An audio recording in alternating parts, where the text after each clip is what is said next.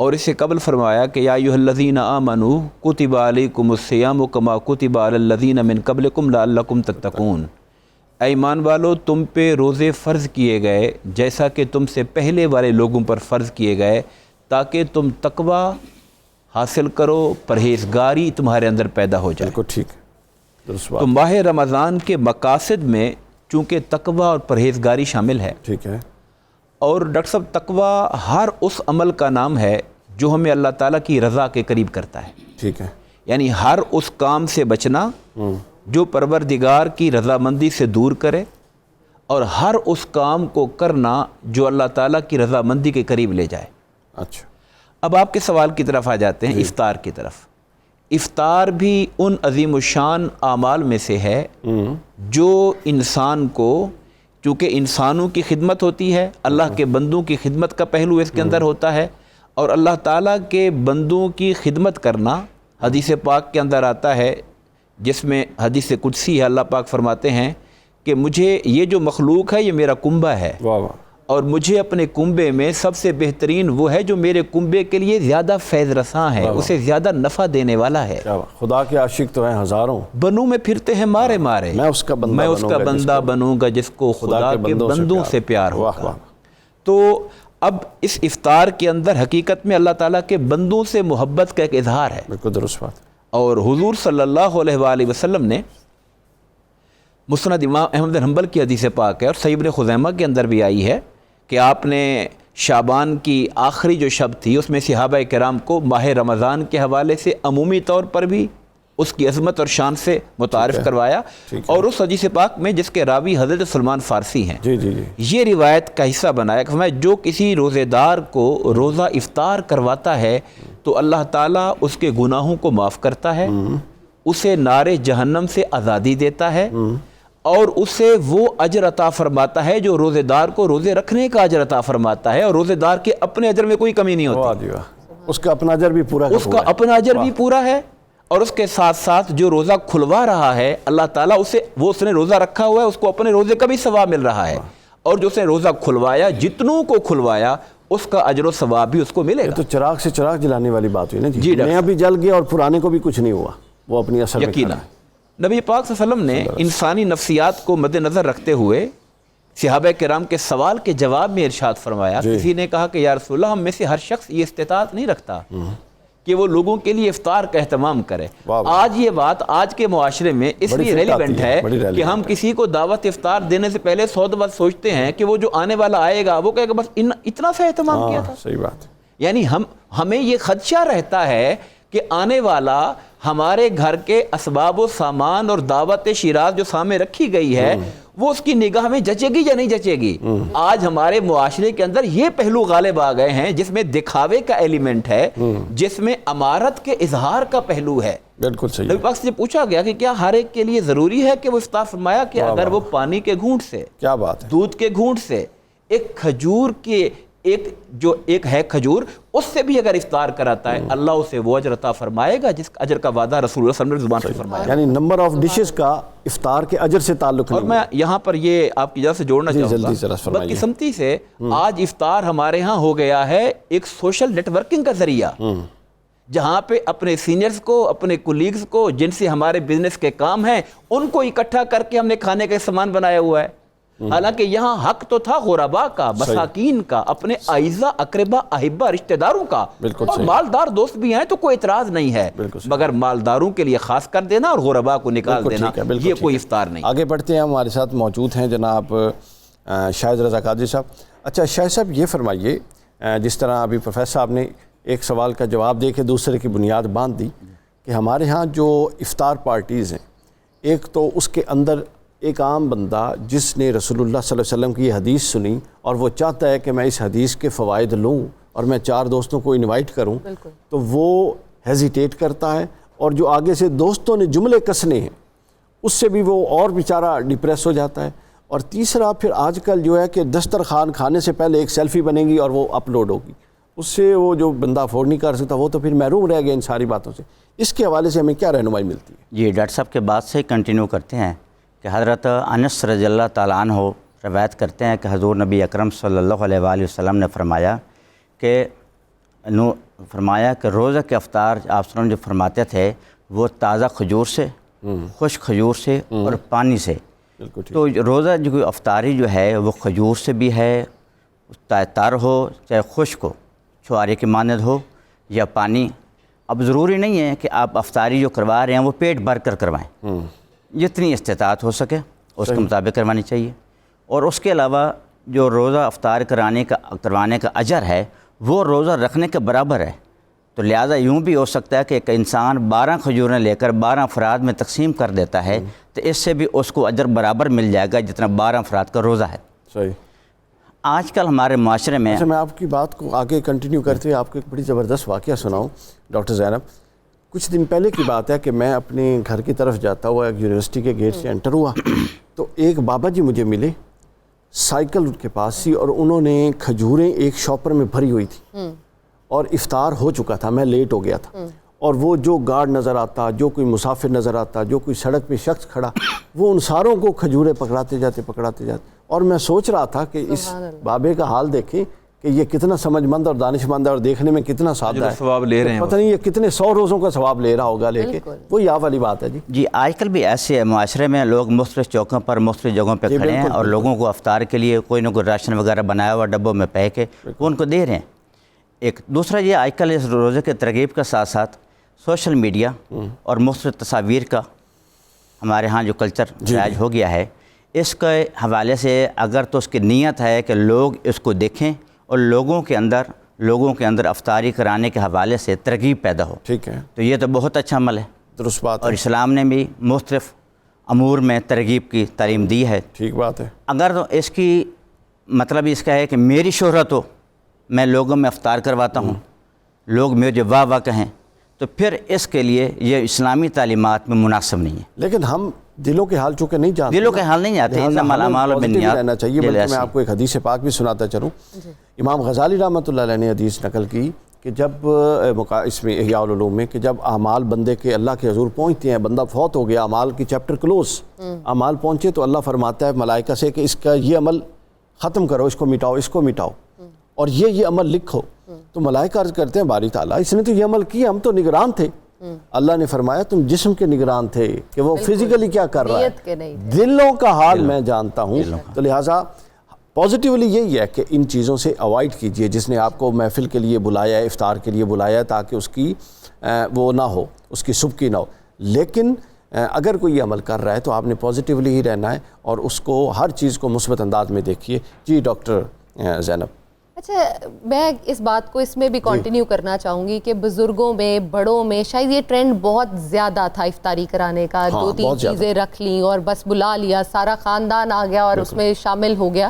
لیکن اب جو وہ ٹرینڈ وہی آپ والی بات کہ جب تک 10-15 چیزیں نہ ہوں تب تک وہ چیز نہیں ہو سکتی، فارمیلٹیز آ گئی ہیں نا. بالکل. تو میں آپ سے بھی یہ پوچھنا چاہوں گی ڈاکٹر صاحب کہ جو لوگ، جو جوان نسل ہے ہماری، ہم ان کو یہ کیا سکھا رہے ہیں کہ وہ کس طرح سے اس چیز کو لے کے چلیں، یا ہم ان تک کیا پیغام پہنچا رہے ہیں کہ جب تک کیا بہت زیادہ کوئی 100-500 ڈش نہیں ہوگی یا بفے سسٹم ہم ارینج نہیں کر سکتے، ہم کسی کی افطاری بھی نہ کروائیں؟ Thank you very much. بسم اللہ الرحمن الرحیم. ڈاکٹر صاحبہ دیکھیے، جس طرح بھی انٹروڈکشن میں بات ہو رہی تھی، ڈاکٹر وقار نے بھی اس کے اوپر اپنے ابتدائیے میں ڈسکس کیا کہ جو روزہ ہے نا، یہ بیسیکلی ایک جسمانی عبادت بھی ہے، روحانی عبادت بھی ہے اور ایک پراپر تربیت کا طریقہ کار ہے. یعنی اس کو ہم بولیں گے ماڈس آف آپرینڈائی. یعنی میں نے اپنی باقی کی زندگی میں پیشنس کیسے سیکھنی ہے، پیشنس کے دوران اپنی جسمانی خواہشات کو کیسے روک کے رکھنا ہے، اور اس کے ساتھ ساتھ جب میرے دینے کی باری آئی تو میرے اندر دریا دلی کتنی ہوگی، اخلاص کتنا ہوگا، اور میں لوگوں کی کس قدر جو تکلیف ہے اس کو دیکھ سکتا ہوں. اب جب میں سارا دن بھوکا ہوں، میں سارا دن پیاسا ہوں اور اس میں بھی میں اپنے معمولات زندگی سر انجام دے رہا ہوں، تو کہیں نہ کہیں دن کے ایک حصے میں میرے ذہن میں یہ ضرور آتا ہے کہ بہت سے لوگ ورلڈ بینک کی رپورٹ کے مطابق، انٹرنیشنل سروے کے مطابق، دنیا کی 8 ارب کی آبادی میں سے 1.25 ارب کے قریب صرف صاف پینے کا پانی اور خوراک لوگوں کو میسر ہوتی ہے. بالکل. سو میں یہ فیل کروں گا کہ پوری دنیا میں بہت سے لوگ ایسے ہیں جو پانی بھی نہیں پی سکتے. اچھا جب ان کو پانی دیا جاتا ہے تو وہ بھی صاف نہیں دیا جاتا. پھر خوراک تو ایسا ہے کہ فوڈ انسیکیورٹی اتنی زیادہ ہو چکی ہے کہ 4 ارب لوگ اس وقت پوری دنیا میں دوسرے یا تیسرے ٹائم کے کھانے کا ان کو علم نہیں ہوتا, اور بعض اوقات ان کو وہ کھانا یا وہ خوراک تیسرے چوتھے دن میسر آتی ہے. اب یہ انٹرنیشنل سٹیٹسٹکس ہیں. اب جب میں اسلامی شعار کو دیکھتا ہوں, اپنے آپ کو سارا دن بھوکا دیکھتا ہوں, اپنے ہونٹوں کو خشک دیکھتا ہوں, اپنے سارے کام بھی کرتا ہوں, تو کہیں نہ کہیں میرے دل میں یہ فیل آتی ہے کہ مجھے تو اللہ تعالیٰ نے سارا سال نوازا. پھر دوسری بڑی چیز کہ اب میں جو افطاری کروں گا مجھے اس کا بھی سامان معلوم ہے کہ مجھے کھانے کو کیا ملے گا, لیکن اتنے زیادہ لوگ ہیں ان کو تو کچھ ملتا ہی نہیں. تو بیسیکلی یہاں جو اسلام کا مقدمہ ہے وہ بچے کے لیے بھی ہے, جوان کے لیے بھی ہے, بوڑھے کے لیے بھی ہے کہ دیکھو انسان کی زندگی مسلسل جدوجہد اور امتحان ہے. تمہیں اپنے جسمانی تکلیف سے بھی, تمہیں اپنی بھوک پیاس سے بھی اس چیز کا ادراک کرنا ہے, احساس کرنا ہے کہ کسی اور کا بھوک, کسی اور کا پیاس, کسی اور کی تکلیف تم نے اس کو فیل کرنا ہے. اچھا پھر دوسرے درجے پہ کیا کرنا ہے کہ تمہارے پاس جو بہترین اشیاء خورد و نوش ہیں جو تم کسی کو پریزنٹ کر سکتے ہو وہ کرنا ہے. ڈاکٹر صاحبہ میں ایک دیہی نظام کا پروڈکٹ ہوں, شہری زندگی بھی گزاری, دیہی زندگی بھی گزاری.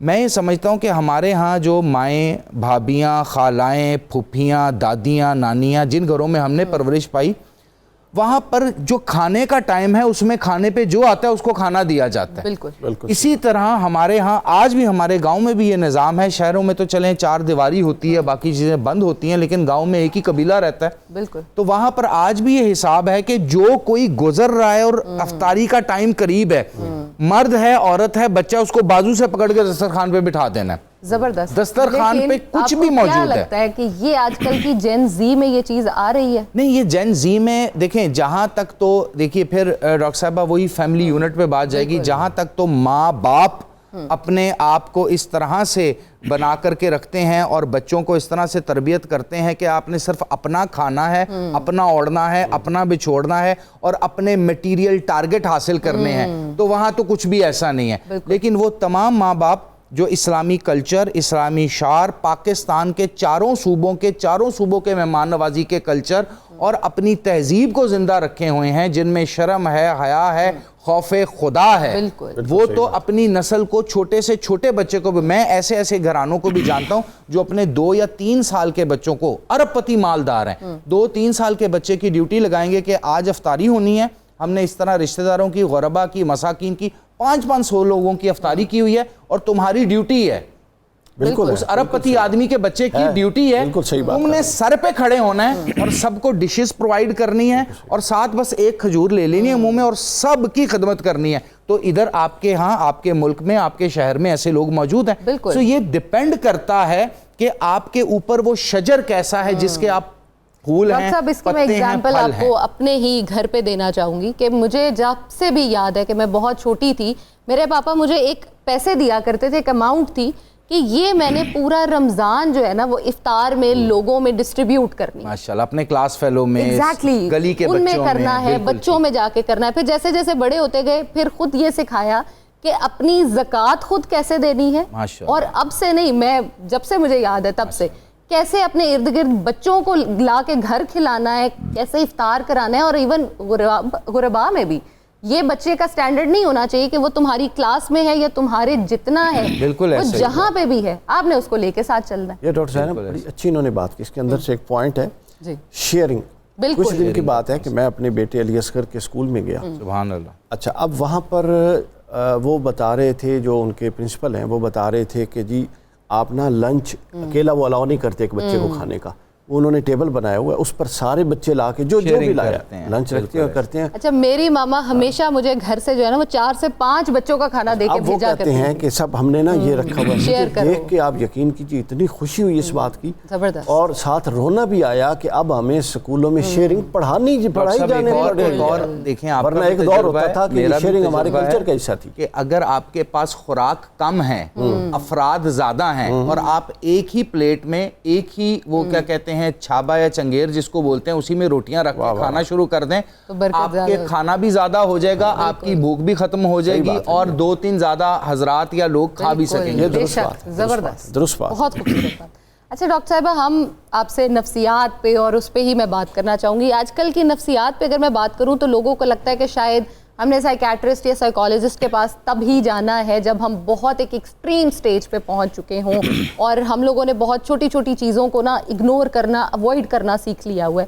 جیسے ہم جین زی کی بات بھی کر رہے تھے, آگے بھی بات کر رہے ہیں, تو افطار کا جو ہے آپ کو کیا لگتا ہے کہ آپ کی سائیکالوجی میں, سائیکیٹری میں اس کا کیا اثر ہوتا ہے, اور بچوں کو یا بڑوں کو بھی ہمیں افطار پہ کس طرح سے ترغیب دینی چاہیے کہ وہ اس کی طرف راغب ہو سکیں؟ دیکھیے ڈاکٹر صاحبہ, جب بات کرتے ہیں ہم افطار کی, یہ ایک لمحہ ایسا لمحہ نہیں ہے جو کہ صرف کھانے کا لمحہ ہے. بالکل, یہ ایک نفسیاتی, جذباتی اور سماجی لمحہ ہے. بالکل, اور جس طرح ابھی میرے ساتھی نے بات کی کہ اس لمحے کو ہم نے شیپ دینی ہوتی ہے. بالکل, اور میں ہمیشہ کہتی ہوں کہ پہلی شیپ جو ہے وہ گھر سے ہوتی ہے. ایگزیکٹلی, ٹھیک ہے, ہم مذہب بھی گھر سے سیکھتے ہیں, ہم یہ بھی گھر ہی سے سیکھتے ہیں کہ خدا کون ہے.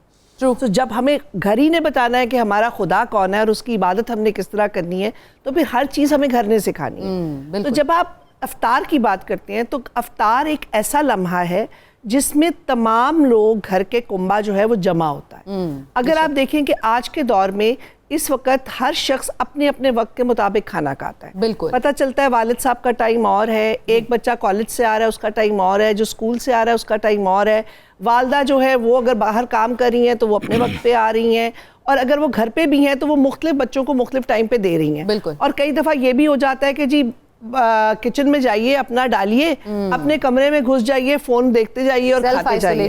سیلف آئسولیشن ہوتی جا رہی ہے. لیکن افطار ایک ایسا وقت ہے جس میں ہم سب ایک ہی وقت میں گھر میں اکٹھے ہوتے ہیں. بہت خوبصورت. اور اس وقت ہمارا دسترخوان لگتا ہے. وہ دسترخوان, میں بھی آپ لوگوں کی باتیں سن رہی تھی, وہ کشادہ دسترخوان ہے, وہ 2 چیزوں کا دسترخوان ہے, ہماری استطاعت کے مطابق ہے. بے شک. لیکن اس کھانے میں بہت برکت ہو جاتی ہے. جب ہم علیحدہ علیحدہ کھانا ڈالتے ہیں اس میں کبھی برکت نہیں ہوتی. جب آپ ایک ڈونگے میں ڈال کے سب کے لیے رکھتے ہیں نا, تو ہمیں پتہ ہوتا ہے کہ میں نے ڈال لیا, میرے بعد 4 لوگوں نے اور بھی ڈالنا ہے. تو آپ ڈالتے ہوئے بھی سوچتے ہیں اور آپ سب کو دیکھ کے چلتے ہیں, مطلب مجھ سے لے لو, میرے پاس بہت زیادہ ہے, یہ روٹی تم لے لو.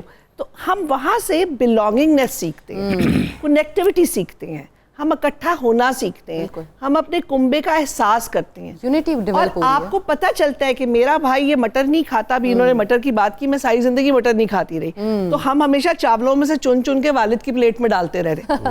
سو آپ کو پتا ہوتا ہے کہ اچھا یہ میرے بھائی یہ چیز نہیں کھاتا, یہ تم مجھے دے دو, یہ جل گیا, ماں ہمیشہ کہتی ہے جل گیا, یہ مجھے دے دو. آپ دیکھیے اس دسترخوان پہ آپ کی کتنی کنیکٹیوٹی ہے. بے شک. آپ اپنے بچے سے بات کر رہے ہیں, بچہ ماں سے بات کر رہا ہے, باپ اپنا توڑ کے نوالا دے رہا ہے, اور پھر اس کے بعد اس پہ آپ کو یہ احساس پیدا ہوتا ہے کہ ہمارے ماں باپ ہمارے لیے کیا کر رہے ہیں.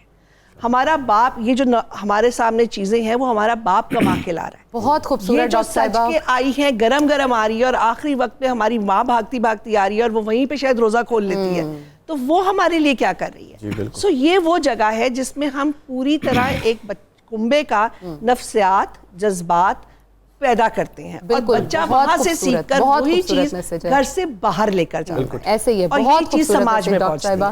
تھینک یو سو مچ. آپ نے اتنا وہ ایک خوبصورتی سے یہ سما باندھا کہ آپ نے افطار پہ کس طرح سے سب نے مل کے بیٹھنا ہے, کیسے شیئرنگ کرنی ہے, اور وہ یونٹی جو آپ افطار کے دسترخوان پہ سیکھتے ہیں, میرا خیال ہے وہ آپ کہیں بھی نہ خود سیکھ سکتے ہیں اور نہ ہی اپنے بچوں کو سکھا سکتے ہیں. یہاں پہ لیتے ہیں ایک چھوٹا سا وقفہ, ملتے ہیں بریک کے بعد.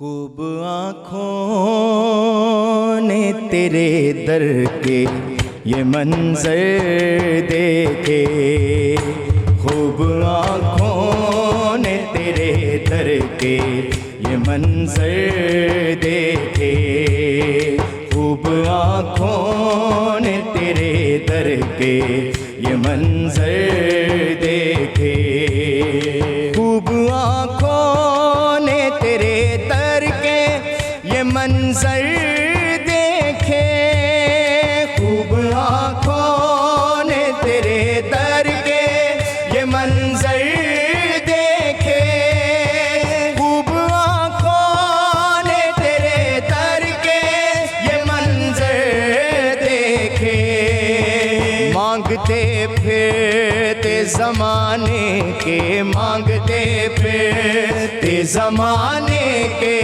سکندر دیکھے، خوب آنکھوں نے تیرے در کے یہ منظر دیکھے، خوب آنکھوں نے تیرے در کے یہ منظر دیکھے، آپ سا رحمت عالم کوئی دیکھا ہی نہیں، آپ سا رحمت عالم کوئی دیکھا ہی نہیں، آپ سا رحمت عالم کوئی دیکھا ہی نہیں، یوں تو دنیا میں ہزاروں ہی، یوں تو دنیا میں ہزاروں ہی پیغمبر دیکھے، خوب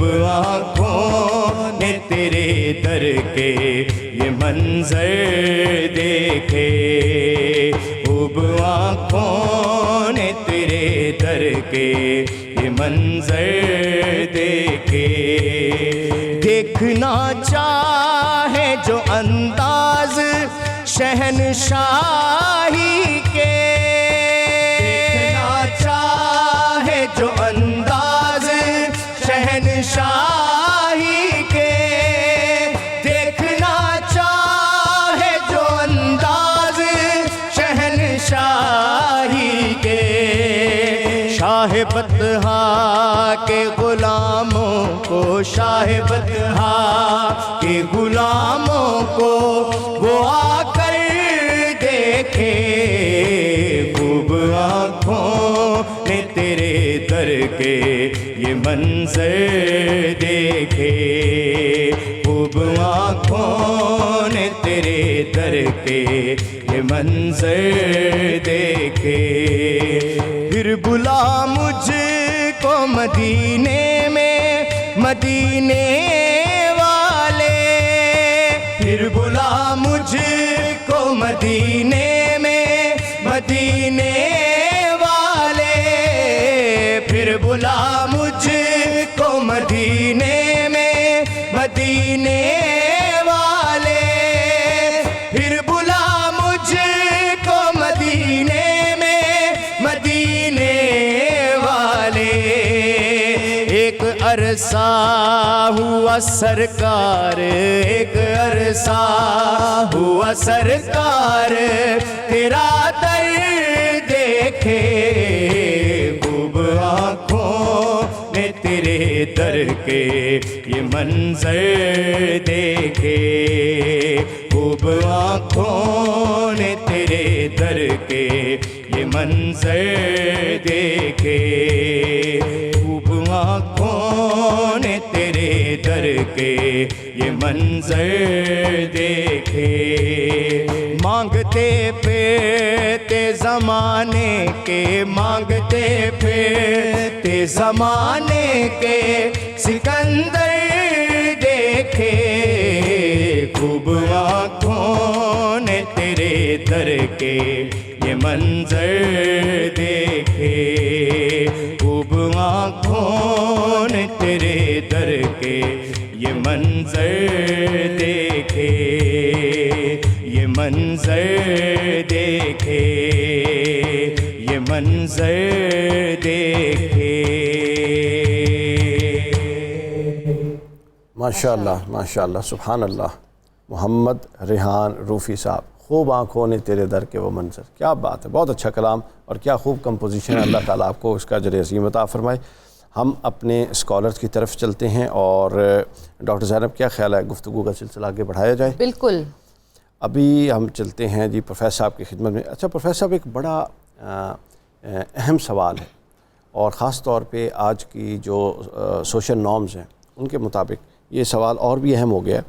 سوال یہ ہے کہ قرآن, سنت اور ہمارا آئین بنیادی انسانی حقوق جو ہر انسان کی ضرورت ہیں ان کو وہ دیتا ہے, لیکن ہم یہ دیکھ رہے ہیں کہ ہمارے معاشرے میں چیریٹی کرنے والے لوگ بھی ہیں, آئین کا تحفظ بھی ہے, پریکٹیکلی باتیں کرنے والے لوگ بھی ہیں, لیکن یہ جو بنیادی انسانی حقوق جس کو غربت کی لکیر کہتے ہیں اس سے نیچے لوگ بڑھتے جا رہے ہیں, اس سے نیچے تعداد بڑھتی جا رہی ہے غربت کی. تو آپ کیا سمجھتے ہیں کہ اس میں ہمارے اجتماعی رویے, رمضان, پھر رمضان میں انفاق, یہ ایونٹس جو اللہ تعالیٰ نے ہمیں دیے ہیں, یہ ان لوگوں کے معاشی تعطل کو رفع کرنے کے حوالے سے کیا کردار ادا کر سکتے ہیں؟ ڈاکٹر صاحب بہت عمدہ اور بہت گہرا سوال ہے, اور بہت غور و فکر کا تقاضا کرتا ہے. ایک اصولی بات میں کہہ کے آگے چلوں گا جی ضرور. کہ انسانی معاشرے کے اندر یکسانیت پیدا کرنا اسلام کا مقصود نہیں ہے. بالکل درست بات ہے. معاشرے کے اندر فطری طور پر ہر بندہ اپنی صلاحیتوں کے مطابق دستیاب وسائل میں آگے بڑھنے کے مواقع اسے میسر ہونے چاہیے. پھر ان مواقع کا استعمال کر کے اپنی صلاحیت کے مطابق کون کیا گین کرتا ہے, یہ ہر ایک کی انڈیویجول محنت ہے. بالکل ٹھیک ہو گیا. خرابی اس وقت پیدا ہوتی ہے جب وسائل معیشت کے اوپر کچھ لوگ ناجائز طریقے سے قابض ہو جاتے ہیں. ٹھیک ہے. اور پھر استحصال کا رستہ شروع ہو جاتا ہے جس کی وجہ سے غربت کا دائرہ بڑھنا شروع ہو جاتا ہے. ٹھیک بات ہے. اسلام نے دونوں چیزوں پر کام کیا ہے. بالکل ٹھیک ہے. ایک استحصال کے ہر دروازے کو بند کیا کہ ہر وہ طریقہ جس سے لوگوں کے جو ذرائع ہیں انکم کے, آمدن کے, یا ان کے لیے جو اپرچونٹیز ہیں ارن کرنے کی, کمانے کی, انہیں اس کا کھلا موقع ملنا چاہیے. اور کسی شخص کی غربت کی وجہ سے اس کے لیے جو ذرائع ہیں معیشت کے وہ بند نہیں ہونے چاہیے. اور خاص طور پر استحصالی شکلوں میں اگر کوئی آدمی قرض کی طرف چل پڑتا ہے تو آپ نے دیکھا کہ سود کو کتنی شدت سے اسلام نے منع کیا, استحصال کی وجہ سے, چونکہ یہ لوگوں کا استحصال کرتا ہے اور غریب کو غریب تر بناتا ہے. اور پھر اسی طریقے سے اللہ پاک نے قرض دینے کی ایک لوگوں کے لیے ایک رستہ کھولا اور اس کا اجر و ثواب بتایا, اور کہا, بلکہ اگر ہم ترتیب میں دیکھیں تو سب سے پہلے کہا کہ اگر جو لوگ محتاج اور پریشان حال ہیں ان پر اپنا ذاتی مال خرچ کرو. بالکل ٹھیک ہے. اگر تم خرچ نہیں کر سکتے ہو تو پھر چلو اگر قرض مانگنے آئیں تو انہیں قرض دو, اور اس قرض پر تو پھر ناجائز اضافے کا مطالبہ نہ کرو ان کے ساتھ. ٹھیک ہے. یہ سارا وہ سورس ہے جس میں اسلام نے استحصال کے دروازے بند کیے. اب آگے معاشرے کو سمت کیسے لے کر آئے جس سے لوگوں کی غربت کم ہو, اللہ پاک نے ہر وہ رستہ کھولا جس کو آپ انفاق کہتے ہیں. اس میں کچھ ڈاکٹر صاحب انفاق واجبہ رکھے اور کچھ انفاق جو ہمارے لیے نافلہ رکھے. واجبہ کے اندر سب سے بڑا سٹیپ جو ہے وہ زکوٰۃ کا رکھا. بالکل ٹھیک ہے. کہ ہر وہ شخص جو صاحب نصاب ہے, ہم اس کی تفصیلات میں نہیں جاتے, اس کے لیے لازم ہے, کمپلسری ہے کہ وہ اپنے مال میں سے کم جو ہے وہ 2.5% 40واں حصہ راہ خدا میں ان مدات پہ خرچ کرے جو اللہ نے متعین کیے, جن میں غرباء و مساکین سر فہرست آ رہے ہیں. حق معلوم للسائل والمحروم. اس کے بعد اسی واجبات کے اندر جو زمیندار لوگ ہیں ان کے لیے زمینوں کے عشر کے معاملات ہیں, اور پھر اسی طرح سے وہ لوگ جو انڈسٹریلسٹ ہیں انہیں ان کی جو انکم ہے اس کے اوپر ان کی زکوٰۃ ہے. پھر صدقات نافلہ, اچھا واجبہ کے اندر پھر صدقہ فطر بھی ہے ماہ رمضان سے جس کا تعلق ہے کہ عید کی خوشیوں میں لوگوں کو شریک کرنے کے لیے اسلام نے عید سے قبل صدقہ فطر کو واجب کیا. اور پھر جہاں تک صدقات نافلہ کا تعلق ہے وہ تو سال بھر اس پہ اللہ پاک نے اس طرح سے موٹیویٹ کیا کہ جو ایک میرے لیے خرچ کرے گا میرا کم سے کم میں یار اس کو 10 گنا دینا ہے. پھر میں چاہوں گا تو 70 گنا بڑھا دوں گا, چاہوں گا تو 700 گنا بڑھا دوں گا, اور میں اگر چاہوں گا تو حساب کے سارے پیمانے توڑ کر بے حساب عطا فرما دوں گا. موٹیویشن دی لوگوں کو خرچ کرنے کے. جی پروفیسر صاحب آپ کی طرف آتے ہیں. شاہد صاحب دیکھیے ابھی ہم جس موضوع پر بات کر رہے ہیں اسی موضوع کو ہم آپ کے ساتھ گفتگو کرتے ہوئے آگے بڑھاتے ہیں کہ یہ جو ایک خلیج ہے جو بن رہی ہے, حالانکہ ہر دور میں ڈاکٹر زینب بھی میرا ساتھ دیں گی، ہر دور میں امیر بھی موجود رہے، غریب بھی موجود رہے. کوئی زمانہ ایسا نہیں جس طرح کہ یہ فطرت کا تقاضا ہی نہیں ہے کہ سب ایک جیسے ہو جائیں. دو انسان ایک جیسے نہیں ہو سکتے، دو پتھر بھی ایک جیسے نہیں ہو سکتے. ایک کو آپ ٹھوکر مار دیتے ہیں اور ایک حجر اسود جا کے چومتے ہیں، تو کچھ بھی یکساں نہیں. لیکن یہ فرق ہمیشہ موجود تھا. لیکن جو ڈپرائیوڈ اپنا ہمارا طبقہ ہے، جو کمزور لوگ ہیں، ان کی یہ حالت کبھی نہیں ہوئی تھی کہ وہ خودکشیاں کریں اور وہ اپنی بنیادی ضروریات سے محروم ہوں، حتیٰ کہ 2 وقت کی روٹی سے بھی محروم ہوں. اس حوالے سے یہ بتائیے کہ مہنگائی کے موجودہ حالات میں مستحق اور سفید پوش خاندان، ایک تو وہ ہے نا قرآن نے بھی قسم کی، ایک تو وہ ہے جو مانگتا ہے، اور ایک وہ ہے کہ آپ وہ مانگتا نہیں ہے لیکن آپ کو خود اس تک پہنچنا ہے. ہم کس طریقے سے موومنٹ کر کے اس گیپ کو کم سے کم کر کے، جو خاص طور پہ نہیں مانگنے والے تو پھر کچھ کھا بیٹھتے ہیں، جو بیچارے نہیں مانگنے والے ان تک رسائی حاصل کریں، دوسروں کا بھی کھا بیٹھتے، وہ کیا طریقہ کار اپنائیں، اس کا کیا طریقہ وے آؤٹ کیا ہوتا ہے؟ جی اس حوالے سے ایک حدیث مبارکہ کا ہم سہارا لیتے ہیں. حضرت جابر رضی اللہ تعالیٰ عنہ فرماتے ہیں کہ حضور نبی اکرم صلی اللہ علیہ وآلہ وسلم نے فرمایا کہ ایک آدمی کا کھانا 2 افراد کے لیے کافی ہے، اور 2 کا 4 کے لیے، 4 کا 8 کے لیے. یہ حدیث مبارکہ ہمیں ترغیب دیتی ہے کہ ہم دوسروں کو بھی خیال کریں، اور اسی سے برکت پیدا ہوتی ہے. اور اس کو ہم انفرادی طور پر دیکھیں تو اپنے رشتہ داروں میں ہمیں دیکھنا چاہیے. جب ہم یہ سمجھیں گے کہ ایک پلیٹ میں دوسرا شریک ہوگا تو وہ کم ہو جائے گی، تو ہم کیسے شریک کریں؟ اس کو ایڈریس کریں. نہیں اس طرح نظر نہیں ہے کہ ایک برتن میں بھی 2 افراد شریک ہو سکتے ہیں، 3 بھی ہو سکتے ہیں. اس کا مطلب یہ ہے کہ ایک کھانے کو اگر 3 افراد ہیں تو تھوڑا تھوڑا سب میں ڈال کے دیں تو سب ان کا گزارا ہو جائے گا. اور ویسے بھی فرمایا گیا ہے کہ کھانا کھائیں تو پیٹ کا تیسرے حساب کا خالی ہونا چاہیے، پیٹ بھر کے نہیں کھانا چاہیے. اس سے پھر میڈیکل طور پر ایشو آتے ہیں. تو لہٰذا انفرادی طور پر ہم تمام افراد جتنے معاشرے کے ہیں ان کو اپنے رشتہ داروں کا معلوم ہے، اپنے پڑوس کا علم ہے. بالکل ٹھیک ہے. اس طرح اگر ہم رشتہ داروں کے طور پر دیکھیں تو جو آدمی مالی طور پر کمزور ہیں اور جو دینے والے ہیں، صاحب حیثیت ہیں، وہ ان تک امداد پہنچائیں، اور جو پڑوس میں ہیں وہ اس حوالے سے دیکھیں. اور معاشرے کے اندر آل اوور غربت کو کم کرنے کے لیے یہ اسٹیٹ کا کام ہے. بیسیکلی اسٹیٹ کا، اسلام کو تو ہے ہی صحیح، اسلامی تعلیمات کے طور پر انفرادی طور پر مختلف NGOs، مختلف اسلامی ادارے یہ کام کر رہے ہیں. لیکن اسٹیٹ کو، ادارے کو بھی یہ انفرادی طور پر، اجتماعی طور پر یہ کام کرنا چاہیے. اور جب اسٹیٹ یہ کام کرے گی تو اس میں دیگر صاحب ثروت لوگ بھی شامل ہو جائیں گے. اور اس طرح ہم اپنے معاشرے میں غربت کو کم کر سکتے ہیں. اور ساتھ ساتھ غربت ہوئی کیسے؟ مہنگائی سے ہوئی، لوگوں کے سورس آف انکم کم ہوئے. ٹھیک ہے. اس حوالے سے تو اس حوالے سے بھی ہماری اسٹیٹ کو، اداروں کو اس حوالے سے دیکھنا چاہیے تاکہ لوگوں کے اندر غربت کا خاتمہ ہو اور وہ بھی اسلامی تعلیمات کے مطابق رمضان کی افطاریوں میں شریک ہو. بالکل ٹھیک ہے. اچھا، اس میں خواتین حضرات ایک پہلو بڑا ضروری ہے، آپ کی بھی تائید اس کے لیے چاہیے. پہلو ضروری یہ ہے کہ قرآن مجید نے یہ جو لینے دینے کا معاملہ ہے نا، اگر کوئی ضرورت مند ہے اور اس کو دینا، جس کے لیے آپ لفظ مدد استعمال کرتے ہیں، آپ ایسے الفاظ کا چناؤ بھی نہیں کر سکتے جس سے کسی کی عزت نفس مجروح ہو. مدد کے لفظ سے بھی میرا خیال ہے مجروح ہوتی ہے. چونکہ آپ دیکھیں اپنا، اور یہ چیز کسی کے، ایک دفعہ رسول اللہ صلی اللہ علیہ وسلم کی خدمت میں ایک شخص آیا، توجہ فرمائیے، ایک شخص آیا اور اس کو کوئی بیماری تھی. اس کی بیماری کی وجہ سے اس کے جو جلد کا کچھ حصہ خراب تھا، اور حضور کی خدمت میں کوئی نئے ایک صحابی بھی آئے تھے. تو انہوں نے جب تھوڑی دیر اس کو دیکھا نا، تو ظاہر ہے بندے کو تھوڑی سی اچھا فیل نہیں ہوتا، تو اس ناپسندیدگی کے آثار اس صحابی کے چہرے پر آئے. وہ بندہ آیا جو بیمار تھا، اٹھ کے چلا گیا. رسول اللہ صلی اللہ علیہ وسلم کا چہرہ انور متغیر اور سرخ رنگ. یا رسول اللہ ناراض کیوں ہے؟ ہوا تو کچھ نہیں. حضور نے فرمایا جس تیور سے تو نے اس کو دیکھا ہے، اگر اس تیور سے اس کی عزت نفس مجروح ہوگی تو وہ قیامت کے دن تجھے پکڑ لے گا اس بات پر. آپ اندازہ کر لیں. میں اگر آپ لفظ یہ کہیں کہ یہ آپ کا حق ہے، حق ہے، کیونکہ یہ مجھ پہ فرض ہے اور آپ کا حق ہے. حق ہے، بالکل ایسا. سو یہ آپ جب کسی کو دے رہے ہوتے ہیں تو آپ اس کو یہ کہتے ہیں کہ بھائی یہ میرا، آپ کا حق ہے اور میرا فرض ہے. میرا فرض ہے، بالکل. نسبتاً یہ کہ آپ اس کا لفظ مدد استعمال کریں. بالکل صحیح. اور میں ڈاکٹر صاحب کی بات کو بڑھاؤں گی کہ ہم رمضان پہ آتے ہی اپنے فریزر بھرتے ہیں کہ اچھا یہ بھی لے کے رکھ لو، یہ بھی لے کے رکھ لو، یہ بھی رکھ لو. میرا خیال ہے یہ وہ لمحہ ہے جہاں ہمیں فریزر خالی کرنے چاہیے کہ اگر میں کھاتی ہوں تو وہ بھی کھائے.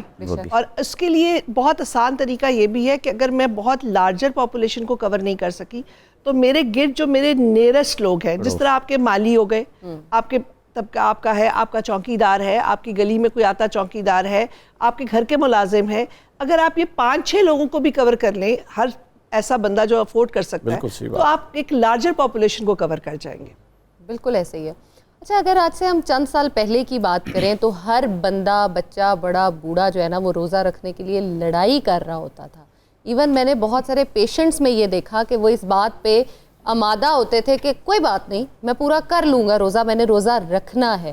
لیکن اگر ہم اس کے برعکس آج سے کوئی پچھلے تقریباً 5-6 سال میں اگر میں اپنی ہی اس میں دیکھوں تو یونیورسٹی میں, کالجز میں, اسکولز میں بچوں کو ماں باپ تو چلیں ایک الگ بات ہے روزہ رکھوا رہے ہیں یا نہیں, بچے خود سے نہیں رکھنا چاہ رہے. میں نے اسکول جانا ہے, میں نے کالج جانا ہے, میں تو روزہ رکھ ہی نہیں سکتا. پھر جب ہم اس سے بڑے لیول پہ بات کرتے ہیں, سارا دن میں نے کام کرنا ہے, آفس میں بیٹھنا ہے, تو کام تو میں کر ہی نہیں, روزہ تو میں رکھ ہی نہیں سکتا, میرے لیے تو شاید روزہ گزارنا بہت مشکل ہو جائے گا. تو چند لوگ جو ڈاکٹر صاحب روزہ رکھتے ہیں اور روزہ نہیں رکھتے, ان کی صحت پہ کیا فرق ہوتا ہے, اور بیسک انفرادی طور پہ اگر ہم بات کریں روزہ رکھنے والے میں اور نہ رکھنے والے میں فرق کیا آ جاتا ہے؟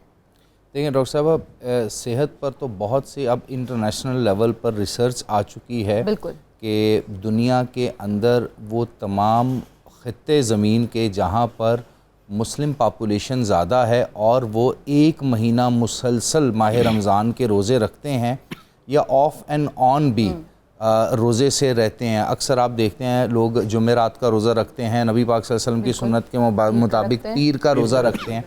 تو ریسرچ یہ بتاتی ہے کہ ان تمام ممالک میں جہاں پر فاسٹنگ ایز اے کلچر ہے, ایز اے ہیبٹ ہے, سسٹم کا حصہ ہے, وہاں کینسر نہیں ہے, وہاں پر شوگر کی بیماری نہیں ہے, وہاں پر بلڈ کلاٹ نہیں ہوتا, وہاں پر ہارٹ کی بیماری یعنی اس طرح کے عارضے نہیں ہیں. اور اس سے بھی اگر آپ آگے کی طرف جائیں تو وہاں پر لوگوں کے جو بیہیویئرز ہیں, لوگوں کا جو سماجی اور خاندانی اور ایک دوسرے سے میل ملاپ ہے, اس میں خوش اسلوبی زیادہ ہے. سائیکلوجیکلی اگر ریسرچ کو دیکھا جائے تو جو قومیں روزہ رکھتی ہیں وہ خوش اسلوب زیادہ ہیں اور سیکریفائز کرتی ہیں. اب آتے ہیں آپ کے سوال کے اس حصے کی طرف کہ ہمارے ہاں جو لوگ روزہ نہیں رکھتے اور جو رکھتے ہیں ان میں کیا فرق ہے. دیکھیں بڑی کلیئر چیز, میں تو اپنی زندگی کے لیے اور اپنے ارد گرد اپنے بہن بھائی, اپنے بچے, اپنے جو میری کمیونٹی جس کو میں ڈیل کرتا ہوں, میں ان کے لیے تو ایک واضح اس پہ موقف ہے کہ اللہ تعالیٰ کے جو احکامات نہیں مانتا وہ آپ کے گروپ سے باہر ہے, وہ آپ کے سسٹم سے باہر ہے. مطلب اس کے اوپر ہمیں کوئی وہ کرٹیس نہیں ہونا کسی کے ساتھ کہ نہیں جی بیٹا آپ مان لو, بھئی اللہ کا حکم ہے. پہلی تو چیز نبی پاک صلی اللہ علیہ وسلم نے حکم فرمایا. دوسری بات ڈاکٹر صاحب آپ ہم کہتے ہیں یہ ان کا پرسنل معاملہ ہے. نہیں, کوئی پرسنل معاملہ نہیں ہے. آپ کہتے ہیں نہیں, کوئی پرسنل معاملہ نہیں ہے. آپ اگر اسکول, کالج, یونیورسٹی میں پڑھنے گئے ہیں اور وہاں کا ایک ڈیکورم ہے, وہاں کا ایک یونیفارم ہے, اور آپ کہتے ہیں میں اس کو نہیں مانتا, تو وہ اٹھا کے آپ کو باہر پھینکتے ہیں. آپ جس مرضی جج کے, جس مرضی چیف کے, جس مرضی بزنس مین کے بیٹے ہوں, وہ آپ کو کچھ نہیں سمجھتے. آپ نے ریسرچ کی, میں نے ریسرچ کی ہے, ہماری انٹرنیشنل ایویلیویشن ہوتی ہے, ایکسٹرنل ایویلیویشن ہوتی ہے, ہم اس پروسیس سے گزرے بغیر کبھی ڈگری حاصل ہی نہیں کر سکتے. تو اللہ اور اللہ کے رسول کے معاملے پہ آتے ہوئے آپ نے پرسنل معاملہ بنا دیا. دوسری بات ڈاکٹر صاحبہ, جہاد اور روزہ 2 واحد چیز ہیں جو ڈیفائن کرتے ہیں کہ آپ مسلمان ہیں یا نہیں ہیں میرے نزدیک, کیونکہ نماز تو بہت بعد میں جا کے فرض ہوئی ہے. ایک جہاد اور ایک روزہ, اور دونوں کا آپس میں چولی دامن کا ساتھ ہے, روح اور جسم کا ساتھ ہے.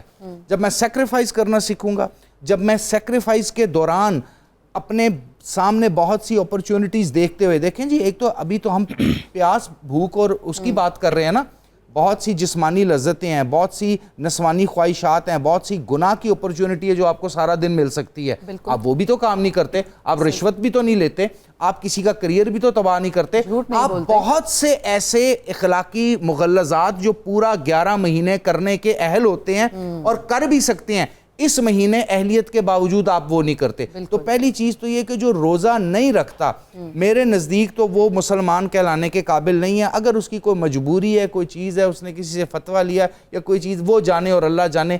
اخلاقی طور پہ, معاشرتی طور پہ ایسے لوگ کو اپنے خاندان سے, اپنے معاشرے سے, اپنے آپ سے آپ دور ہی سمجھیں. دوسری بات, اب جو روزہ رکھتا ہے اس کے اوپر کیا ہے. دیکھیں جو شخص روزہ رکھتا ہے, سب سے پہلا احسان وہ اپنی ذات پہ یہ کرتا ہے کہ وہ 1447 سال پہلے نازل ہوئے قرآن پہ یقین کر رہا ہے, وہ رسول اللہ صلی اللہ علیہ وآلہ وسلم کی ختم نبوت پہ یقین کر رہا ہے, وہ یہ یقین کر رہا ہے کہ روز حشر آنا ہے, وہ یہ یقین کر رہا ہے کہ قیامت کا دن آنا ہے. اب اس یقین کے ساتھ جب وہ بھوکا رہتا ہے اور برائیوں سے دور رہتا ہے تو اس کی سول پیوریفیکیشن ہوتی ہے. ایک بندہ جس کی سول پیوریفائی ہے, ایک بندہ جس کی پرسنل لائف پیوریفائی ہے, اس میں اور جس کی سول گندی ہے, جس کی زندگی گندی ہے, زمین آسمان سے. بالکل بے شک, بہت خوبصورت گفتگو. اور اسی گفتگو کے ساتھ ہم چلتے ہیں بریک کی جانب, ملتے ہیں بریک کے بعد. Stay watching.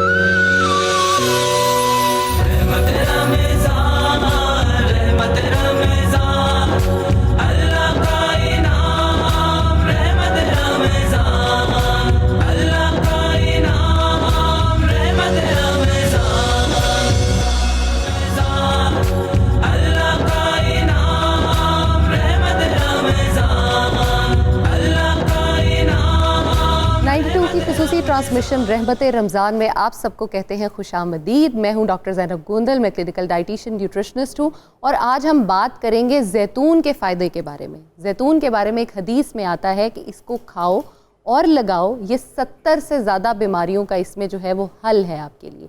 اور جس بات کا حدیث میں ہی ایسا مفہوم آ گیا ہے, ذکر ہے, وہ آپ کے لیے بالکل سراپا شفا ہی ہو سکتا ہے. ڈیلی بیسس پہ زیتون کو آپ کھا سکتے ہو. زیتون کی مختلف اقسام ہیں.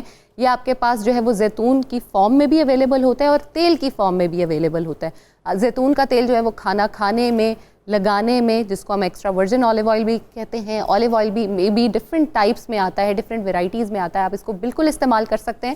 اور جو زیتون ہے وہ ہرے رنگ کا بھی آتا ہے, تھوڑا سا لائٹ اسکن سا بھی آتا ہے, اور بلیک بھی آتا ہے. اگر میں سبھی کی افادیت پہ اکٹھے بات کروں تو یہ آپ کی برین کی فنکشننگ کو بہت زیادہ امپروو کرتا ہے, آپ کی برین کو طاقت دیتا ہے. اس سے زیادہ انفلیمیشن باڈی میں جو ہو جاتی ہے, ہم جو بھی کچھ کھاتے ہیں اس کے بدلے میں ہماری باڈی جو ہے وہ سیلز بناتی ہے. ان سیلز نے جا کے ایسے ہوتا ہے کہ جو ایکسٹرا سیلز ہوتے ہیں نا, وہ ایک جگہ پہ جا کے ڈپازٹ ہونا شروع ہو جاتے ہیں, اور وہاں پہ انفلیمیشن یعنی سوجن ہونا شروع ہو جاتی ہے, جو کہ بہت ساری بیماریوں کی طرف آپ کو لے کر چل رہی ہوتی ہے. اب اگر آپ نے بیماریوں سے بچنا ہے تو آپ کو اینٹی انفلیمیٹری فوڈز جو ہیں وہ چاہیے کہ وہ آپ استعمال کرو, جس میں زیتون جو ہے وہ نمبر 1 پہ آتا ہے. آپ اگر زیتون کا تیل ڈیلی بیسس پہ صبح اٹھتے ہی استعمال کرتے ہو تو آپ بہت ساری دردوں سے جو ہے وہ چھٹکارا حاصل کر سکتے ہو. میں آپ کے ساتھ یہاں پہ ایک چھوٹی سی اپنی سٹوری شیئر کرنا چاہوں گی. کچھ ماہ پہلے میرا جو ہے وہ پاؤں کی ہڈی کا مسئلہ بن گیا, تو میں ڈاکٹر کے پاس گئی. ڈاکٹر نے مجھے جو ہے وہ کافی ساری دوائیاں لکھ کر دیں. ٹھیک ہونے کے بعد جب اس نے میرا پلاسٹر ریموو کیا تو اس نے مجھے کہا یہ دوائیاں جو ہیں آپ نے ضرور کھانی ہیں. میں نے کہا کہ ڈاکٹر صاحب اتنی دوائیاں تو میں نہیں کھا سکتی, کیا کچھ ایسا ہے جو خوراک میں ہی میں لے لوں تو بہتری ہو سکے. میں نے انہیں بتایا کہ ڈیلی بیسس پہ میں ڈائٹ میں صبح زیتون کا تیل لے رہی ہوں, میں مورنگا کھا رہی ہوں, میں اس کے ساتھ جو ہے نا ہلدی کا استعمال کر رہی ہوں کالی مرچ ڈال کے. تو انہوں نے, آپ یقین کریں, جہاں پہ 8 گولیاں لکھی ہوئی تھی وہ ساری کی ساری کاٹ کے, کیونکہ وہ اینٹی انفلیمیٹری میڈیسنز ہی مجھے دے رہے تھے, انہوں نے ساری کاٹ کے صرف ایک دوائی جو کہ طاقت کی تھی اور وائٹامنس کی تھی وہ چھوڑی, باقی ساری دوائیاں میری ختم ہو گئی. تو آپ بھی بجائے میڈیسنز پہ ریلائی کرنے کے کیوں نہیں اس طرح کی چیزوں کا استعمال کرتے. اور زیتون کا تیل جو ہے یا زیتون جو ہے وہ آپ کی آنکھوں کی صحت یعنی آنکھوں کی بینائی کے لیے بہت زیادہ کارآمد ہے.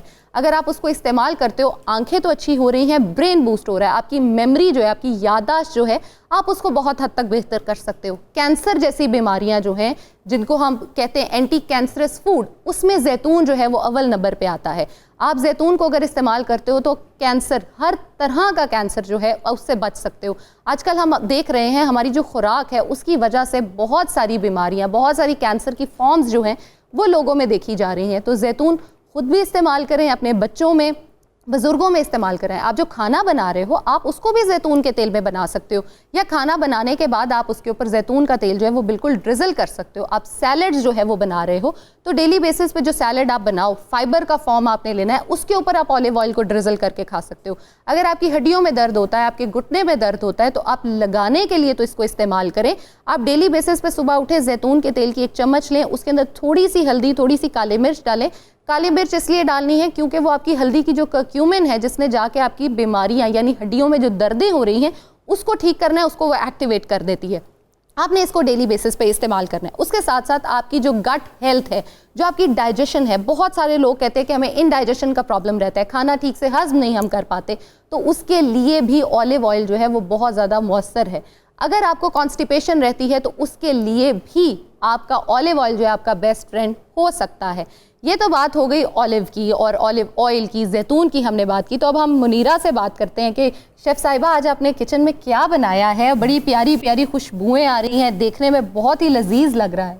جی بالکل, ویسے تو آپ نے کافی ساری افادیت بتا دی, اور میں یہ صرف ایڈ کرنا چاہوں گی کہ ہم ڈیلی بیسس پہ جو بھی سیلڈ کھاتے ہیں, اگر ہم اس کی ایک سوس بنا لیں اولیو آئل کے ساتھ, جس میں لیمن آپ ایڈ کریں, کالی مرچ ایڈ کریں, اس کو بنا کے رکھ لیں, تو آپ اس کو جسٹ یہ سمپل سیلڈ جیسے ہے آپ اس میں ٹاس کر کے آپ کھا سکتے ہیں. اور اس میں سب سے مزے کی بات یہ ہے آپ کو کوئی بھی میونیز یا کوئی بھی اس طرح کی کیلریز ایڈ کرنے کی ضرورت ہی نہیں ہے. جیسے کہ میں ہمیشہ فریش میں لیمن کے ساتھ اس کو کرتی ہوں, اس میں نے سفید تل کے ساتھ ہلکا سا اولیو آئل کے ساتھ آپ اس کی سوس بنا کے ایڈ کر سکتے ہیں. جیسے کہ ہم بات کریں سیلڈس کی, تو آج کل میں نے بہت سے سیلڈس نکلے ہوئے ہیں جس میں بچوں کو بہت مایو بیس پسند ہے جو روزے رکھتے ہیں. تو ضروری نہیں کہ ہم رشین سیلڈ بنائیں, ڈفرینٹ سیلڈ بنائیں. میں نے simple apple and cabbage salad کے ساتھ بنایا, جس کے ساتھ میں نے اس کی نٹس کے ساتھ اس کی اور آپ نے جو کشمش ڈالی ہوئی ہے, جن بچوں میں خون کی کمی ہے اور ان لوگوں کو بلڈ لاس زیادہ ہے, بچیوں میں یہ مسائل آپ فیس کر رہے ہو, تو ان کو ڈیلی بیسس پہ 4 سے 5 اگر آپ کشمش دینا شروع کرتے ہیں تو وہ بھی بہت اچھے سے حل ہو جاتا ہے. بالکل.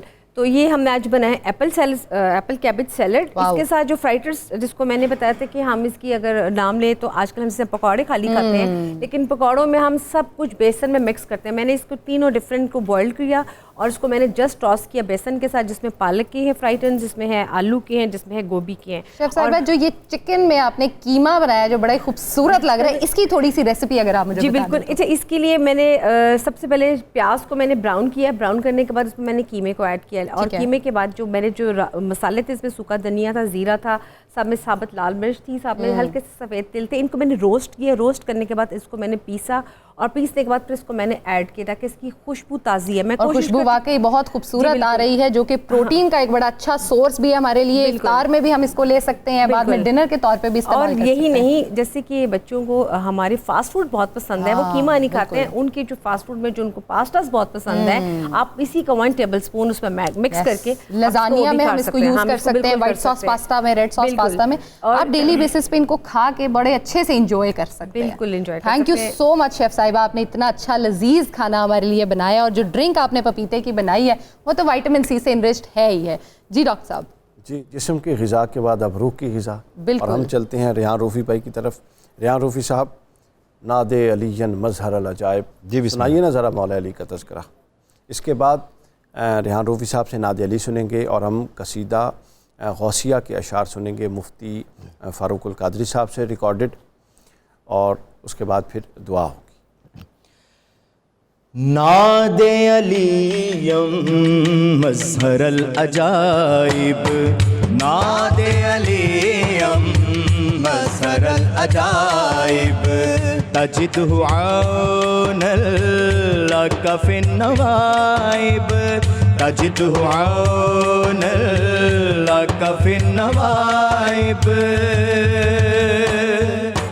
کل ہم و غم سینجلی, کل ہم و غم سینجلی, بعظمتک یا اللہ یا اللہ یا اللہ, بنبوتک یا محمد یا محمد یا محمد, بولایتک یا علی یا علی یا علی, ادرکنی فی سبیل اللہ. ناد علیم مظہر العجائب, مظہر علیم مظہر العجائب, مظہر العجائب, مظہر العجائب. اللهم صل على سيدنا ومولانا محمد معدن الجود والكرم وآله وبارك وسلم. یا شاہ جیلاں یا شاہ جیلاں یا شاہ جیلاں یا شاہ جیلاں سقاني الحب كاسات الوصال فقلت لخمرتي نحوي تعالي سعت ومشت لنحوي في كؤوس فهمت بسكرتي بين الموالي فقلت لصائر الأقطاب لموا بحالي وادخلوا أنتم رجالي وهموا واشربوا أنتم جنودي فساق القوم بالوافي ملالي شربتم فضلتي من بعد سكري ولا نلتم علوي واتسالي مقامكم العلا جمعا ولكن مقامي فوقكم ما زال عالي يا شاه جيلان يا شاه جيلان يا شاه جيلان يا شاه جيلان أنا في حضرة التقريب وحدي يصرفني وحسبي ذو الجلال أنا البازي واشهب كل شيخ ومن ذا في الرجال يعطي مثالي كساني خلعة بطراز عزم وتوجني بتيجان الكمال وأطلعني على سر قديم وقلدني وأعطاني سؤالي وولاني على الأقطاب جمعا فحكمي نافذ في كل حال فلو ألقيت سري في بحار لسار الكل غورا في الزوال ولو ألقيت سري في جبال لدقت واختفت بين الرمال ولو ألقيت سري فوق نار لخمدت والطفت من سر حالي ولو ألقيت سري فوق ميت لقام بقدرة المولى تعالي يا شاه جيلان يا شاه جيلان يا شاه جيلان يا شاه جيلان وما منها شهور أو دهور تمر وتنقضي إلا أتاني وتخبرني بما يأتي ويجري وتعلمني فاقصر عن جدالي مريديهم وطب واشتح وغني وافعل ما تشاء فالاسم علي مريدي لا تخف الله ربي عطاني رفعة نلت المنال تبولي في السماء والأرض دقت وشوص السعادة قد بدا لي بلاد الله ملكي تحت حكمي ووقتي قبل قلبي قد صفالي نظرت إلى بلاد الله جمعا كخردلة على حكم اتصالي مريدي لا تخف واصل فإني عزوم قاتل عند القتال يا شاه صلی وسلم دائما ابدا علی حبیبک خیر الخلق کلہم یا رب العالمین ہم سب کے آج کے روزوں کو اپنی بارگاہ میں قبول فرما اور ماہ رمضان کے عشرہ رحمت کی برکت سے ہمارے گھروں میں آل و اولاد میں اپنی رحمت نازل فرما ہمارے وطن عزیز پاکستان کو امن استحکام اور سلامتی عطا فرما آقا کریم علیہ الصلوۃ والسلام کی ساری امت کی خیر فرما یا اللہ ماہ رمضان میں ہمیں نیکی تقوی خیر میں آگے بڑھنے کا شوق عطا فرما وصلی اللہ تعالی علی خیر خلقہ و نور عرشہ محمد وبارک وسلم لا الہ الا اللہ. خواتین و حضرات یہاں وقت ہوا ہے ایک بریک کا اور لاہور میں اور لاہور کے مضافات میں افطار کا وقت ہوا چاہتا ہے اور باقی علاقوں کے لوگ اپنے اپنے مقامی وقت کے مطابق افطار کریں. ہم انشاءاللہ کچھ دیر کے بعد آپ کی خدمت میں دوبارہ حاضر ہوں گے. دیکھتے رہیے 92 نیوز رحمت رمضان افطار ٹرانسمیشن.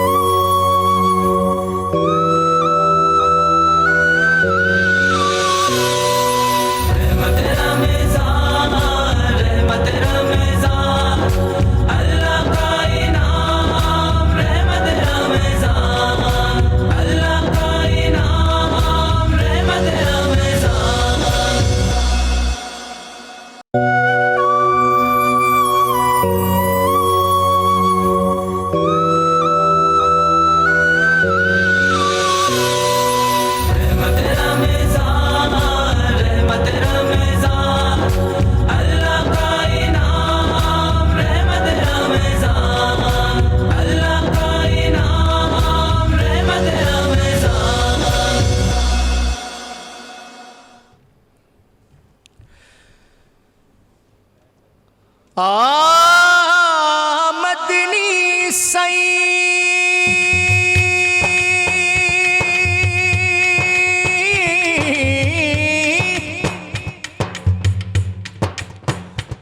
چما پیر ٹنڈے ہو لب کھل پوسن جڈا تو آسیں اے دل دی مان دڑی کوٹھڑی دے او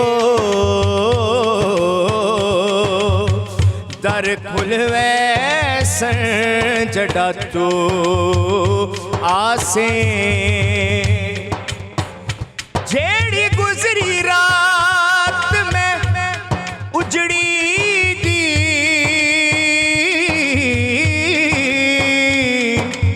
دکھ بھل ویسن جڈا تو آسے ناشاد میں کو جی کملی کو وہ لگ مل ویسن جڈا تو آسے سانو کو جیوے کنا چھٹ وے اے تن میرا کنگی ہووے تے میں زلف ماہی دی واوا پوش میرے دی بن جائے جتی شالا سونے دے پیریاں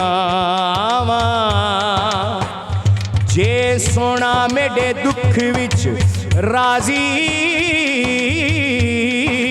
تے میں سکھ نو چلے پاوا سائیں غلام فریدا شالا مل پوے سونا میں رو رو حال سناواں تہاڈی دید اسادا اج ویلے مایا تہاڈی دید اسادا اج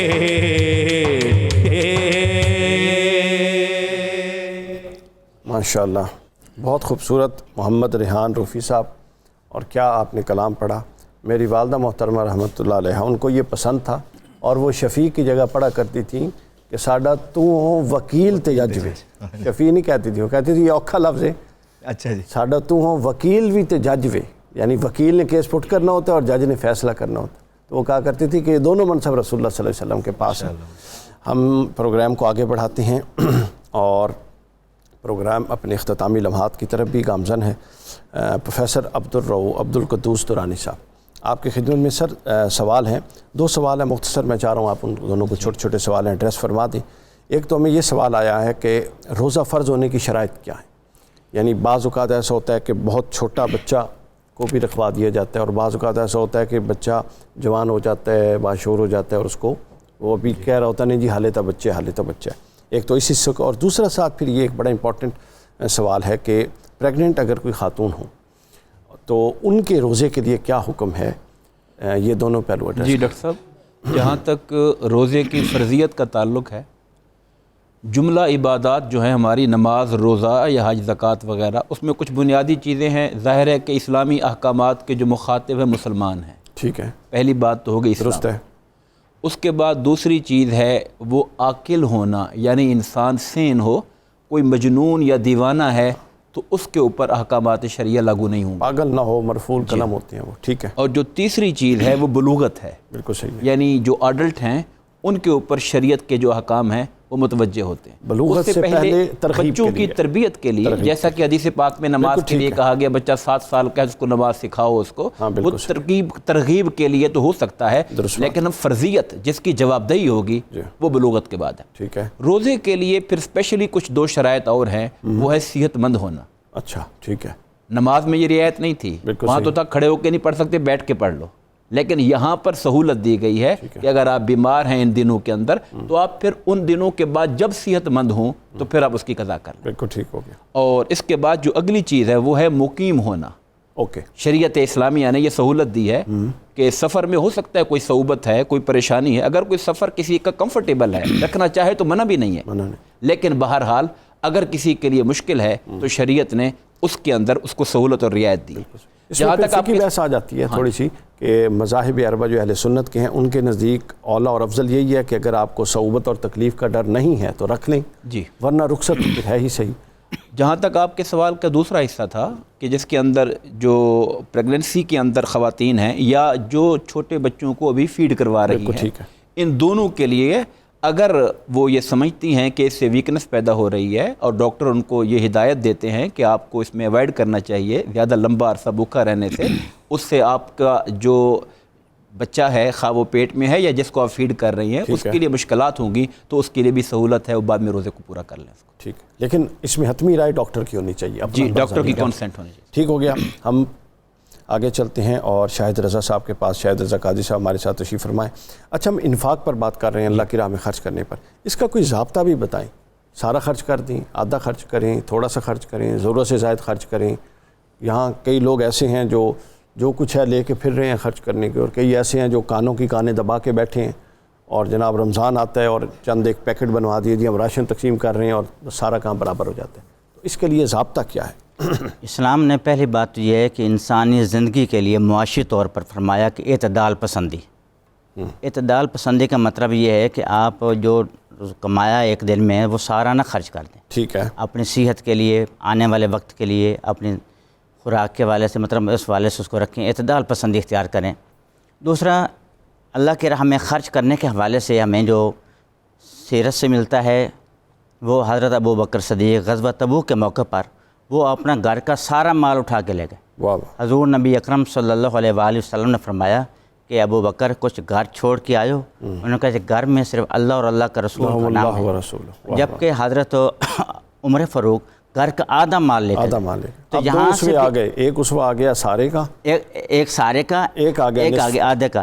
اس سے ہمیں یہ ملا ہے کہ اگر کوئی آدمی اللہ کی راہ میں کسی مشکل حالت کے کنڈیشن میں جیسے سیلاب وغیرہ آ گیا, کوئی ایسی حالت ہو گئی, تو اس میں اگر سارا بھی دینا چاہے اس میں شریعت رکاوٹ نہیں ڈال دے گی. ٹھیک ہے. لیکن اگر کوئی اعتدال پسندی کے ساتھ آدھا, چوتھائی یا جتنا وہ صاحب استطاعت ہے اتنا وہ اللہ کی راہ میں خرچ کرے تو اس میں بھی اس کو اختیار ہے.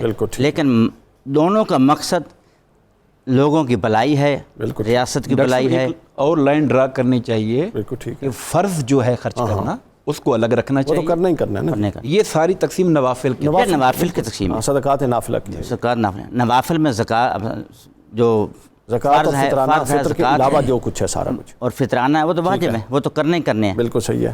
اس میں خواتین و حضرات آگے ہم بڑھتے ہیں اور ڈاکٹر زینب آگے سوال کو بڑھائیں گی, لیکن میں ایک مختصر وضاحت دیتا چلوں, کسی کے ذہن میں یہ غلط فہمی نہ آئے, یہ ضابطے ذہن میں رکھ لیں.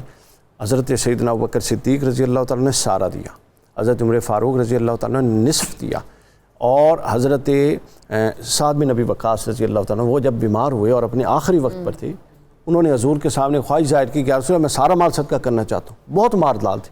حضور نے کہا نہیں, اجازت نہیں, آدھا اجازت نہیں, 1/3 پر جا کے حضور نے اجازت دی. اور ایک جملہ فرمایا, کیا بات ہے, رسول اللہ صلی اللہ علیہ وسلم کی سیرت جس حوالے سے دیکھیں نا آئیڈیل ہے. حضور نے فرمایا کہ اے سعد بن ابی وقاص, اپنے بچوں کو فقیر اور محتاج چھوڑ کے جانا اس سے کہیں بہتر ہے کہ تو ان کو مالدار چھوڑ کے اللہ کے حضور پیش ہو.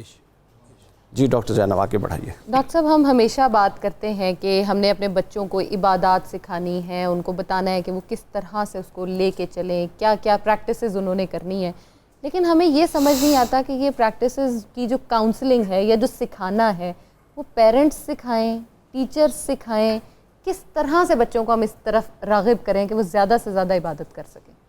ڈاکٹر صاحب, سب سے پہلی چیز میں اکثر آپ کے اسی چینل پہ گزارش کرتا ہوں کہ ہمیں کوشش یہ کرنی چاہیے کہ ہمیں اپنے آنے والی نسل کے مزاج میں اسلام کو داخل کریں. بالکل. مزاج میں اسلام تب تک داخل نہیں ہوگا جب والد, والدہ, دادا, دادی, نانا, نانی, چچا, چچی, بہن, بڑے بہن, بھائی, یہ رشتے جو ہیں ان میں کہیں نہ کہیں کسی ایک صفت اسلام کی ہمیں جھلک نہ ملے. یعنی ہمیں مزاج میں بچوں کے تب داخل کرنا نا. دیکھیے وہ کہتے ہیں نا کہ man is known by the company he keeps and the books he reads.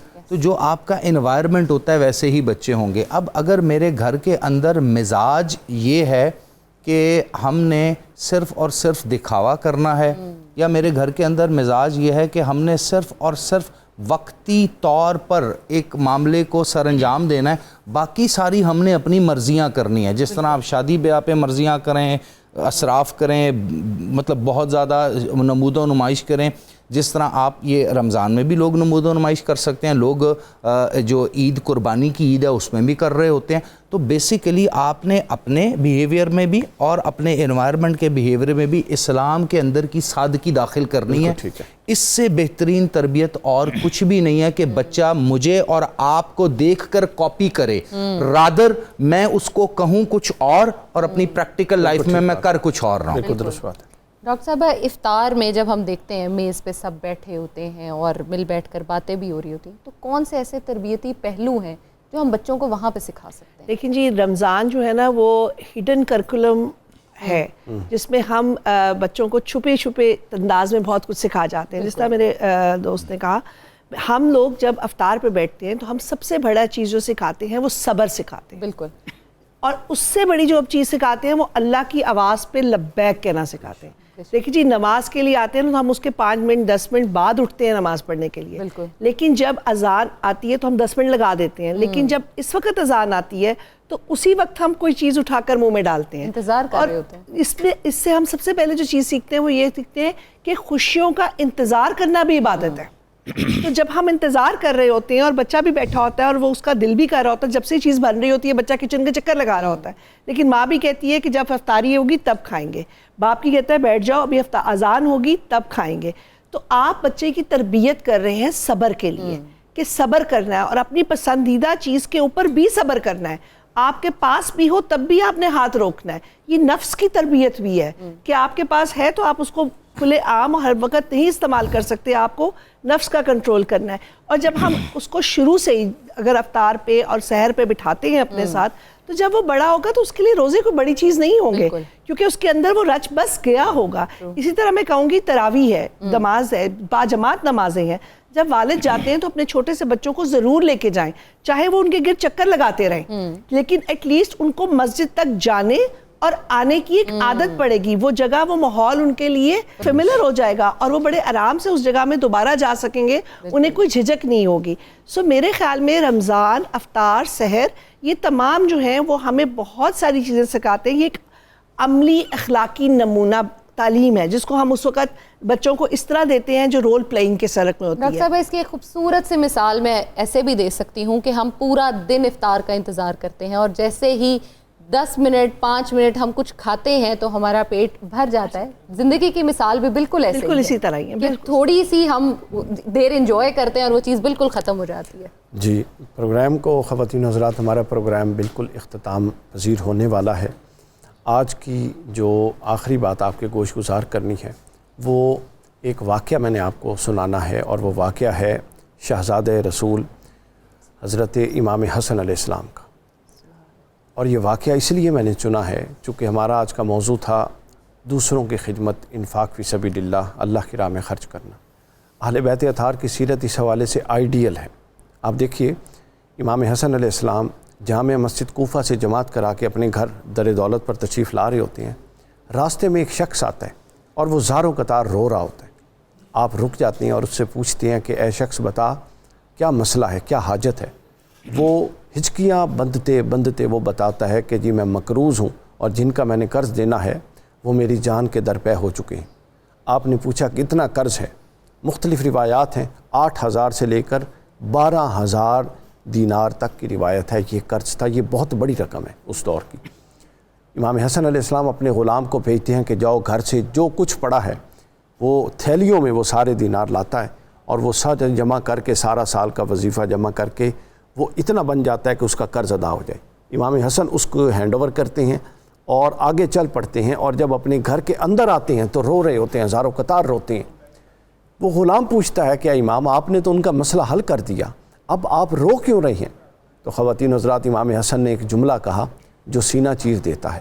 امام حسن نے فرمایا کہ اے میرے بھائی، میں رو اس لیے نہیں رہا کہ اس کی حاجت رہ گئی، حاجت تو میں نے پوری کر دی. رو اس لیے رہا ہوں کہ اس شخص کو سوال کی حاجت ہوئی، مجھے اس کے حالات سے آگاہ ہونا چاہیے تھا۔ یہ ہے اہل بیت اطہار کی سیرت۔ یہیں اسی نوٹ کے ساتھ ہم اپنے پروگرام کے اختتام کرتے ہیں۔ اپنے مہمانان گرامی کا بہت شکریہ، پروفیسر عبدالقدوس درانی صاحب کا شکریہ، شاہد رضا قادری صاحب کا شکریہ، ڈاکٹر فرحان عباسی صاحب کا شکریہ، اور ڈاکٹر شازیہ قیوم صاحبہ کا شکریہ۔ اور ہمارے ساتھ اب موجود ہیں ہمارے بھائی جو اتنا خوبصورت کلام پڑھتے ہیں اور ہمارے پروگرام کو چار چاند لگا دیتے ہیں، ریحان روفی صاحب۔ تو آپ کا شکریہ بھی اور آپ سے درخواست بھی، کیا کلام سنا رہے ہیں بتائیں؟ ایک مدینہ شریف کی حاضری کے حوالے سے جی بالکل، دعائیہ کلام ہے انشاءاللہ۔ جی سنائیے۔ میرا گدا میرا منگتا میرا غلام آئے، میرا گدا میرا منگتا میرا غلام آئے، میرا گدا میرا منگتا میرا غلام آئے، میرا گدا میرا منگتا میرا غلام آئے، ہاں میرا گدا میرا منگتا میرا غلام آئے، خدا کرے ابھی طیبہ، خدا کرے ابھی طیبہ سے یہ پیام آئے، خدا کرے ابھی طیبہ سے یہ پیام آئے، خدا کرے ابھی طیبہ سے یہ پیام آئے، غلام زہرا ہوں میں تو علی کا نوکر ہوں، ہاں غلام زہرا ہوں میں تو علی کا نوکر ہوں، ہاں غلام زہرا ہوں میں تو علی کا نوکر ہوں، ہمیشہ پنج تنی نسبت ہی میرے کام آئے، ہمیشہ پنج تنی نسبت میرے کام آئے، ہمیشہ پنج تنی نسبت ہی میرے کام آئے، میں اس یقین سے آیا ہوں ان کے روضے سے، ہاں میں اس یقین سے آیا ہوں ان کے روضے سے، وہ پھر کہیں گے کہ واپس میرا غلام آئے، وہ پھر کہیں گے کہ واپس میرا غلام آئے، وہ پھر کہیں گے کہ واپس میرا غلام آئے، درود سید کونین کے وسیلے سے، درود سید کونین کے وسیلے سے، میری زبان پہ آقا تیرا ہی نام آئے، میری زبان پہ آقا تیرا ہی نام آئے، میرا گدا میرا منگتا میرا غلام آئے، میرا گدا میرا منگتا مانگتا میرا